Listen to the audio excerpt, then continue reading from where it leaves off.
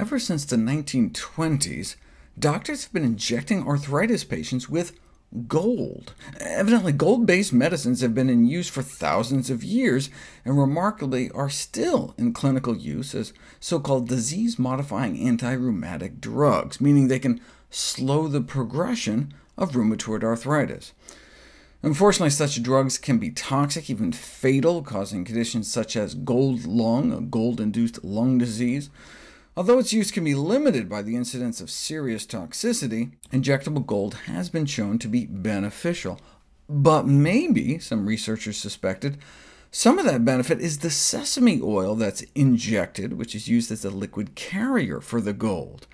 Sesame seeds contain anti-inflammatory compounds, with names like sesamin and sesamová, which researchers suspect may serve as a potential treatment for various inflammatory diseases, but these were in vitro studies. First, we have to see if it has an anti-inflammatory effect in people, not just cells in a petri dish. But there hasn't been any studies on the effects of sesame seeds on inflammatory markers in people with arthritis, for example, until now. Considering the high prevalence of osteoarthritis, and since until now there hasn't been any human studies to evaluate the effects of sesame on osteoarthritis patients, this study was designed to assess the effect of administration of sesame seeds on inflammation. And they found a significant drop in inflammatory markers, but what effect did it have on their actual disease? 50 patients with osteoarthritis of the knee were split into two groups, standard treatment or standard treatment plus about a quarter cup of sesame seeds a day for 2 months. Before they started, they described their pain as about 9 out of 10, where 0 was no pain and 10 is the maximum pain tolerable.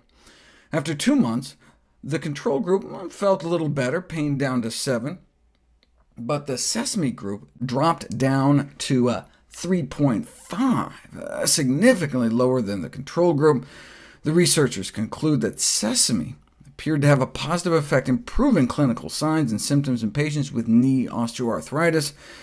But the main problem with this study is that the control group wasn't given a placebo. It's hard to come up with a kind of fake sesame seed, but without a placebo, they basically compared doing nothing to doing something, and anytime you have patients do something special, you can't discount the placebo effect. But what are the downsides? I mean, that's the nice thing about using food as medicine. Only good side effects. Though the results are mixed, there have been studies using placebo controls that found that adding sesame seeds to one's diet may improve our cholesterol and antioxidant status, and the amount of sesamin found in as little as about 1 tablespoon of sesame seeds can modestly lower blood pressure a few points within a month, enough, perhaps, to lower fatal stroke and heart attack risk by about 5%, potentially saving thousands of lives.